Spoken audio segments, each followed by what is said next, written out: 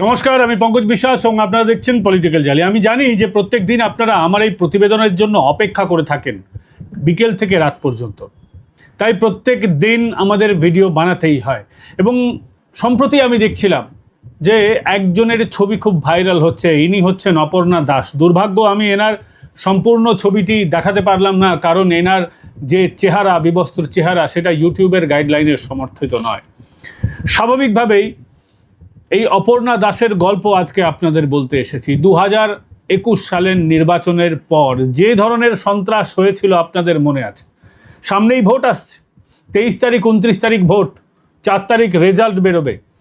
কে জিতবে কে হারবে সেটা সময় বলে দেবে, কিন্তু আপাতত যেটা মনে হচ্ছে যে পশ্চিমবঙ্গের যিনি লেডি হিটলার, তার পতন হতে চলেছে। কিন্তু মনে করিয়ে দেব কেন লেডি হিটলারের পতন করা দরকার। এই যে ভদ্রমহিলার, ওনার দোষ, উনি বিজেপি সমর্থক ছিলেন, বিজেপির ভোটার ছিলেন। অপর্ণা দাস পূর্ব মেদিনীপুরের বাসিন্দা। এখন কোনো রকমে শুভেন্দু অধিকারী তার চিকিৎসা চালাচ্ছিলেন, তিনি এখন অনেকটা সুস্থ, কিন্তু তিনি যে মানসিক যন্ত্রণাটা সহ্য করেছেন সেটা বাংলার হাজার হাজার মহিলা সহ্য করেছিলেন, অনেকের খবর পর্যন্ত হয়নি। অপর্ণা দাস 4 তারিখ ভোটের রেজাল্ট বেরোবার পর তৃণমূলের শান্তি বাহিনী, হ্যাঁ লুঙ্গি বাহিনী, তারা তাকে চরম পাশবিক নির্যাতন করেছিল। তারপরেও প্রাণে তাকে বাঁচতে দিতে চায়নি, তার মুখে বিষ ঢেলে দেওয়া হয়েছিল। কোনো রকমে প্রাণে বেঁচে গিয়েছিলেন তিনি। এবার হাজার হাজার অপর্ণা যাতে না তৈরি হয়, তাই লেডি হিটলারের পতন প্রয়োজন। তিনি নিজেকে বাংলার প্রথম মহিলা মুখ্যমন্ত্রী বলেন।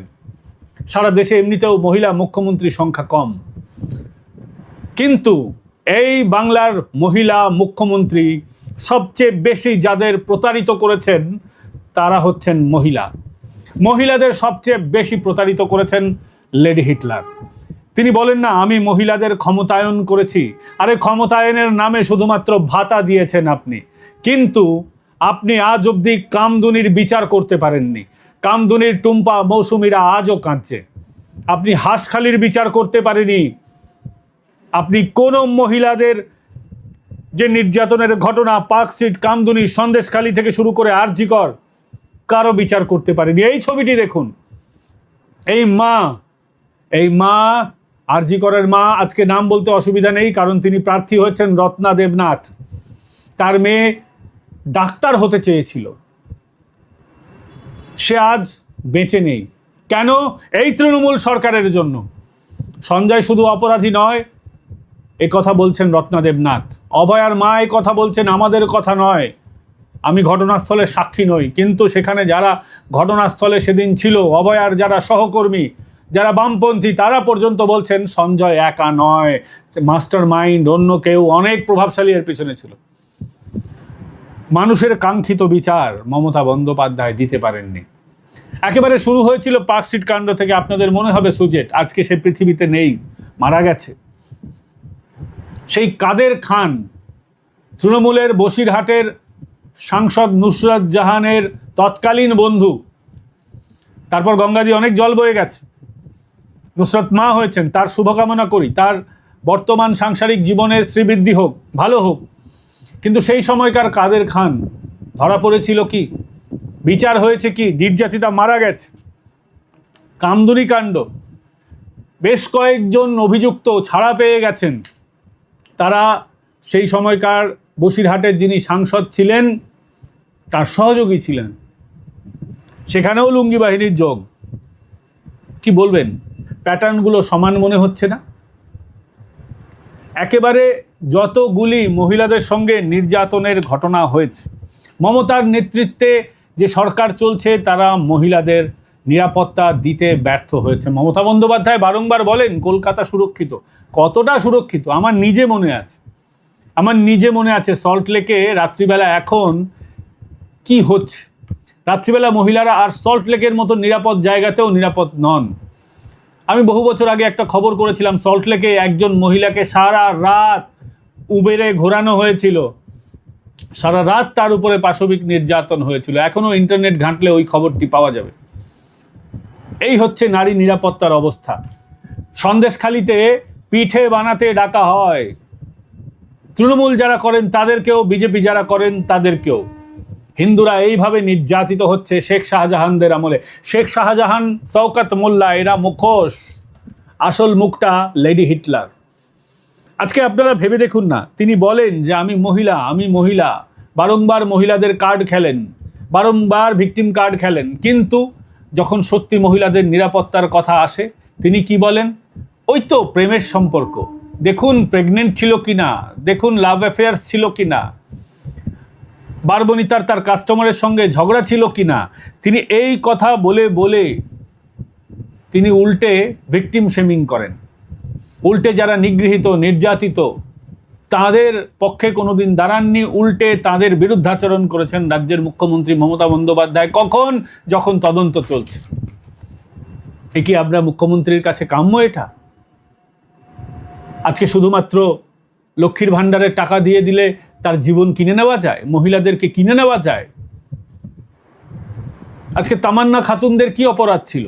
একটা বাচ্চা মেয়ে, তার বিচার করতে পেরেছেন রাজ্যের মুখ্যমন্ত্রী মমতা বন্দ্যোপাধ্যায়? আমি প্রশ্ন করছি, কেন নারীদের নিরাপত্তা দিতে আপনি ব্যর্থ হচ্ছেন? কেন বারংবার কোনো ঘটনা ঘটলে আপনি বলেন ওই তো দুষ্টু ছেলেরা একটু একটু করে? মনে আছে মমতা বন্দ্যোপাধ্যায়ের সেই উক্তি, ওই শরীর টরীর থাকলে একটু যেমন রোগ হয়, যেমন জ্বর টর হয়, তেমন ধর্ষণ টর্ষণ হয়।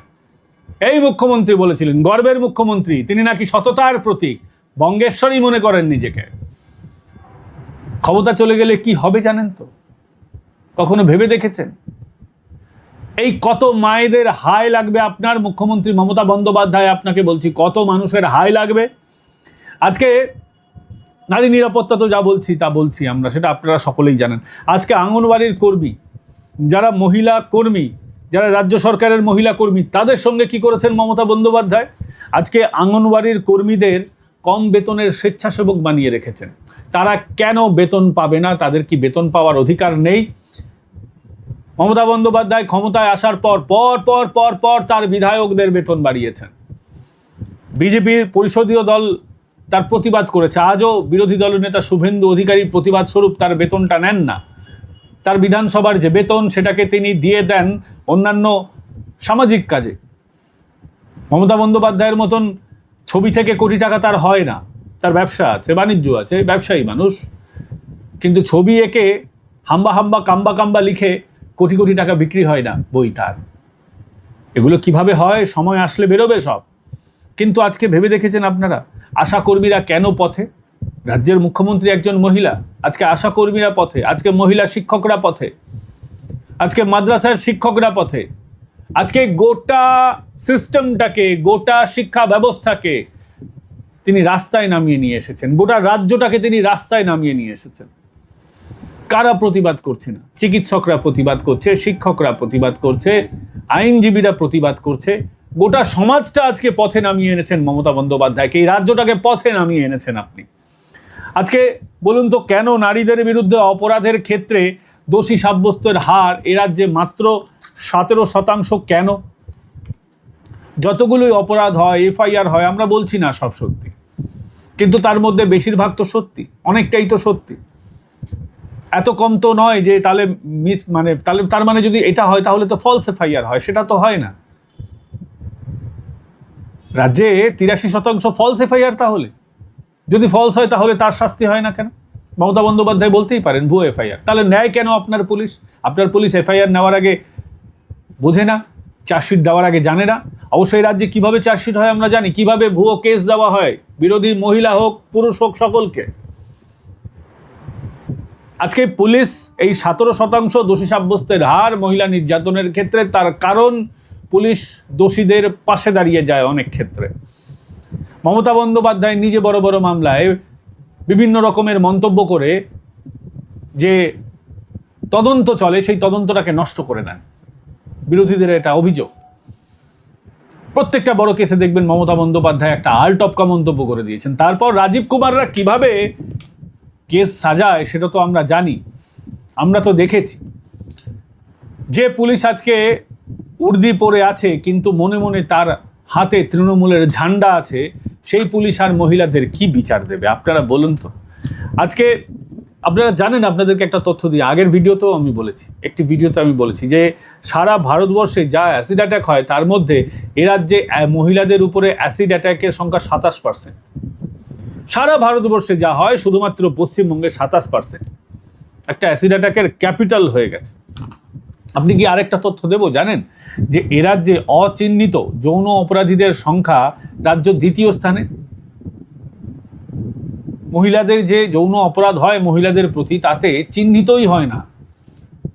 এই ক্ষেত্রে এ রাজ্য এগিয়ে বাংলা বলেন না মুখ্যমন্ত্রী। মহিলাদের ক্ষেত্রে অপরাধে দোষীরা চিহ্নিত হয় না, তাতে বাংলা 2 নম্বরে। সত্যি এক্ষেত্রে এগিয়ে। কেন হবে এটা? হয় কারণ মমতা বন্দ্যোপাধ্যায় সবকিছুতে রাজনীতি দেখেন, তার দুষ্টু ছেলেদের বাঁচানোর চেষ্টা করেন। উত্তর 24 পরগনার এক তৃণমূল বিধায়ক আছেন, তার নাম হচ্ছে নারায়ণ গোস্বামী। প্রকাশ্য মঞ্চ থেকে দেখা যায় তিনি নিজের দলের মহিলা কর্মীদের বিরুদ্ধে কুৎসিত মন্তব্য করছেন, এমন এমন কথা বলছেন যা মুখে আনা যায় না। আপনারা দেখেছেন সেই সব খবর। সেই নারায়ণ গোস্বামীরা তৃণমূলের সম্পদ, এবারও টিকিট পেয়েছেন। মমতা বন্দ্যোপাধ্যায় টিকিট কাটতে পারেন না। খাদ্যমন্ত্রী জ্যোতিপ্রিয় মল্লিকের বিরুদ্ধেও এই ধরনের অভিযোগ আছে।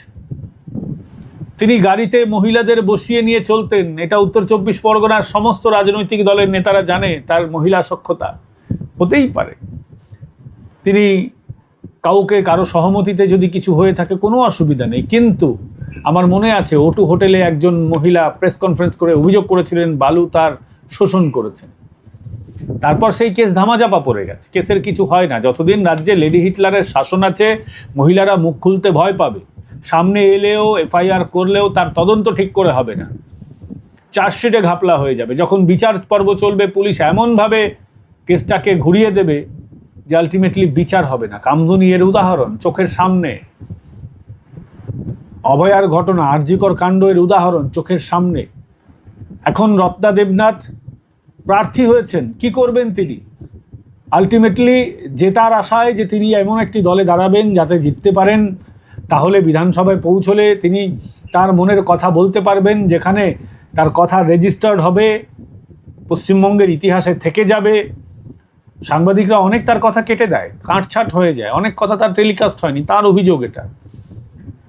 তবে অনেক কথা তিনি বলেছেন, কিন্তু সব কথা তিনি বলতে পারেননি, মিডিয়া সেটা দেখায়নি, সেন্সরশিপ ছিল। বিধানসভায় সেটা হবে না, এই কারণে তিনি ভোটে দাঁড়িয়েছেন। অথচ কি হচ্ছে, আজকে তাকে ট্রোল করা হচ্ছে, তৃণমূলের লোকেরাই ট্রোল করছে। একজন মাকে যে এখনো তার মেয়ের বিচার পায়নি, তাকে নির্লজ্জ তৃণমূল কংগ্রেসের কর্মীরা ট্রোল করছে। তৃণমূলের IT সেলের লোকেদের ধিক্কার। আজকে খবরে ভেসে আসছে যে তৃণমূলের পার্টি অফিসের মধ্যেই ধর্ষণ হচ্ছে, তৃণমূলের পার্টি অফিসের মধ্যেই মহিলা কর্মীরা সেফ নয়। ভেবে দেখুন পশ্চিমবাংলার মা বোনেরা, আজকে মমতা বন্দ্যোপাধ্যায় এ রাজ্যের কি অবস্থা করেছেন। এরকম ভুরি ভুরি ঘটনা আছে, আপনাদের মনে পড়ে যাচ্ছে না এই ঘটনাগুলো? তৃণমূলের পার্টি অফিসের মধ্যে তৃণমূলের মহিলা কর্মীদের সঙ্গেই নির্যাতন নিপীড়ন হয়েছে, খবর হয়েছে সেটা পার্টি অফিসের মধ্যে। তাহলে ভেবে দেখুন, এই তৃণমূল কংগ্রেস যদি এবার ক্ষমতায় আসে তাহলে ভোটের পর কি করবে? আপনাদের মা বোনেদের, বাড়ির বউদের, বাড়ির মেয়েদেরকে পার্টি অফিসে ডেকে পাঠাবে পিঠে বানানোর জন্য। পিঠে বানানোটা একটা কি জিনিস সেটা বুঝে নেবেন। এই পিঠে সেই পিঠে নয়, এই পিঠে গরম গরম অন্যরকম। লজ্জা লাগে বলতে সব কথা, কিন্তু তবু বলতে হচ্ছে। সাবধান করে দিচ্ছি আপনাদের, সত্যি তৃণমূল কংগ্রেস চলে এলে এবার কি অবস্থা হবে এই রাজ্যের। উন্নয়ন তো এখন রাস্তায় দাঁড়িয়ে আছে, বড় বড় গর্ত আকারে। আপনারা যারা গাড়ি কিনেছেন, ট্যাক্স ভরছেন, তারা জানেন না রাস্তার ঘাটের অবস্থা কি। আজকে CPM এর থেকেও খারাপ অবস্থায় তৃণমূল কংগ্রেস এই রাজ্যটাকে নিয়ে গেছে। এই অবস্থাকে পাল্টানো দরকার। যে সরকার পাল্টাতে পারবে তাদের উপরে ভরসা রাখুন। সত্যি পাল্টানো দরকার, পাল্টানোর প্রয়োজন হয়েছে। রাজ্যে 15 বছর এরা থেকে 3 বার ক্ষমতায় এসে রাজ্যটাকে নিজের জমিদারি বলে মনে করছেন। প্রধানমন্ত্রী, স্বরাষ্ট্রমন্ত্রী কাউকে কুৎসা করতে ছাড়ছেন না, যা মনে আসছে বলছেন। ইলেকশন কমিশনকেও ছাড়ছেন না। ইলেকশন কমিশন তো চাইছে সুস্থভাবে নির্বাচন করতে। দুষ্কৃতীদের বার্নার লাগানোর কথা বলেছে ইলেকশন কমিশন, অথচ মমতা বন্দ্যোপাধ্যায় নিজের গায়ে ঝালটা টেনে নিয়েছেন। ওখানে তো তৃণমূল কংগ্রেস লেখা ছিল না, ডিইও যে পেজ থেকে, ফেসবুক পেজ থেকে যে মন্তব্যটা করা হয়েছে সেখানে কোথাও তৃণমূল কংগ্রেস লেখা ছিল না। তারপরেও মমতা বন্দ্যোপাধ্যায় নিজের গায়ে ঝালটা টেনে নিয়েছেন। আসলে সব কিছুতে তিনি রাজনীতি দেখতে পান। ওই যে কথায় বলে না, ঠাকুর ঘরে কে, আমি তো কলা খাইনি, সেই অবস্থা হয়েছে মমতা বন্দ্যোপাধ্যায়। আজকে এই অবস্থা পাল্টাতে গেলে একমাত্র ভরসা আমি দেখতে পাচ্ছি ভারতীয় জনতা পার্টি। তারাই একমাত্র জিততে পারবে। এবং বিজেপি নেতাদের সঙ্গে আমার কথা হয়েছে, আমি জিজ্ঞেস করেছিলাম তাদের যে সত্যি মহিলাদের নির্যাতন রাজ্যে যেটা হচ্ছে, আপনারা এলে নারীদের সুরক্ষার জন্য কি করবেন। বিজেপি এবার অঙ্গীকারবদ্ধ, তারা প্রতিশ্রুতি দিচ্ছে, তারা ভরসাপত্রে লিখেছে। বিরোধী দলনেতা শুভেন্দু অধিকারী সহ অন্যান্যদের সঙ্গে আমার কথা হয়েছে, তারাও বলছেন যে প্রত্যেক সাব ডিভিশনে বিজেপি ক্ষমতায় এলে প্রত্যেক সাব ডিভিশনে একটা করে মহিলা থানা মিনিমাম হতেই হবে। এ রাজ্যে কিছু মহিলা থানা আছে, কিন্তু সেটা সাফিসিয়েন্ট নয়। প্রত্যেক সাব ডিভিশনে একটা করে মহিলা থানা হবে। প্রত্যেক থানায়, যেগুলো নর্মাল থানা রয়েছে, সেখানে প্রত্যেক থানায় একটা করে ওমেন হেল্প ডেস্ক হবে, মহিলাদের জন্য হেল্প ডেস্ক হবে। এ রাজ্যে নারীদের ক্ষমতায়নের জন্য বিজেপি ৩,০০০ টাকা করে দেবে, আমরা তো সেটা জানি। তার সঙ্গে লাখপতি দিদি যোজনা আসবে এ রাজ্যে। মহিলারা যারা লঘু উদ্যোগ, কুটির শিল্প যারা করতে চান, সেলফ হেল্প গ্রুপ বানাচ্ছেন, আপনাদের সাহায্যের প্রয়োজন, ১ লক্ষ টাকা করে ভারতীয় জনতা পার্টি আপনার অ্যাকাউন্টে দেবে। মমতা বন্দ্যোপাধ্যায় বলছেন না কালো টাকা ঢুকিয়ে দেবেন, না, কোনো কালো টাকা নয়, এটা সরকারি টাকা আসবে। আপনার মান সম্মান মাথা উঁচু করে বাঁচতে পারবেন, তার জন্য টাকা আসবে। আপনি ব্যবসা করতে পারবেন, আপনি লাখপতি হবেন, তার জন্য লাখপতি দিদি যোজনা এ রাজ্যে চালু করতে চাইছে ভারতীয় জনতা পার্টি। এখন থেকেই বিজেপি মহিলাদের জন্য ৩,০০০ টাকা করে যেটা দেবে, তার ফর্ম ফিল আপ শুরু হয়ে গেছে বিভিন্ন জায়গায়। আপনার ফর্ম ভরতে পারেন, অসুবিধার কিছু নেই। বিজেপি ৪ তারিখ ক্ষমতায় এলে, ৬ তারিখ সরকার শপথ নিলে, তারপর যে প্রথম মাস হবে তখন থেকেই এই টাকাটা আপনার অ্যাকাউন্টে ঢুকবে। কোনো লক্ষ্মীর ভাণ্ডার যে বন্ধ হয়ে যাবে, এই যে গুজব ছড়ানো হচ্ছে, লক্ষ্মীর ভাণ্ডারের যে টাকা অর্থাৎ মহিলা ক্ষমতায়নের যে টাকা, সেটা ১,৫০০ বন্ধ হয়ে যাবে। ৩,০০০-এর অন্নপূর্ণা ভাণ্ডার পাবেন। নাম বদল হবে কিন্তু টাকা ডবল হবে, মাথায় রাখবেন এটা। আবারও বলছি, নাম বদল হবে, টাকা ডবল হবে, লাভটা কিন্তু আপনাদের, ভেবে দেখবেন। এবং ভারতীয় জনতা পার্টি যেটা অঙ্গীকার করেছে এবার, যেটা তাদের ভরসাপত্র বা সংকল্পপত্রতে বলেছে, সমস্ত সরকারি চাকরিতে ইনক্লুডিং পুলিশ ৩৩% সংরক্ষণ হবে। আজকে মহিলা পুলিশদেরকে এলএসআই বলা হয়, lady sub inspector, lady constable, LC, LSI. কেন হবে? যে পুরুষ পুলিশ, তাকে ধরুন কনস্টেবল আছে, তাকে কি বলা হয়? মেল কনস্টেবল, এমসি বলা হয় না। তাহলে লেডি সাব ইন্সপেক্টর কেন বলা হবে? ইন্সপেক্টর হলে লেডি ইন্সপেক্টর কেন বলা হবে? আপনারা জানেন ক্রিকেটে এখন মহিলারা খুব ভালো খেলছেন, ভারত খুব ভালো খেলছে ক্রিকেটারে। আগে বলা হতো ব্যাটসম্যান, অর্থাৎ ব্যাটসম্যান মানে বুঝতে পারছেন, কিন্তু এখন ব্যাটসম্যান শব্দ তুলে দিয়েছে, মহিলারাও খেলছেন। তাহলে কি তাদের বলা হবে ব্যাটসওমেন? শব্দটা বদলে দেওয়া হয়েছে। আজকে বিসিসিআই বলছে, আইসিসি বলছে ব্যাটসম্যান নয়, batter.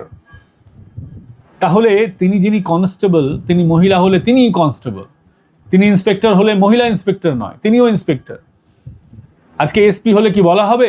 Ladies SP, madam sir তো বলা হয় অনেক জায়গায়। এই একটা নিউট্রাল প্রথা চালু করতে চাইছে ভারতীয় জনতা পার্টি, মহিলাদের প্রকৃত সম্মান দিতে চাইছে। পুলিশের ক্ষেত্র, অন্যান্য ক্ষেত্র, সমস্ত জায়গায় সরকারি চাকরিতে ৩৩% সংরক্ষণ। এবং মহিলাদের সুরক্ষা তো সব থেকে বেশি প্রয়োজন। এই ভিডিওতে প্রথম থেকে আপনাদের বলছি মহিলাদের সঙ্গে কি হয়েছে। তাহলে সেটাকে ঠিক করার জন্য কি দরকার ছিল? সারা রাজ্য জুড়ে একটা লেডিজ স্কোয়াড উত্তরপ্রদেশে চালু আছে। উত্তরপ্রদেশে রোমিওদের ধরার জন্য অ্যান্টি রোমিও স্কোয়াড চালু আছে।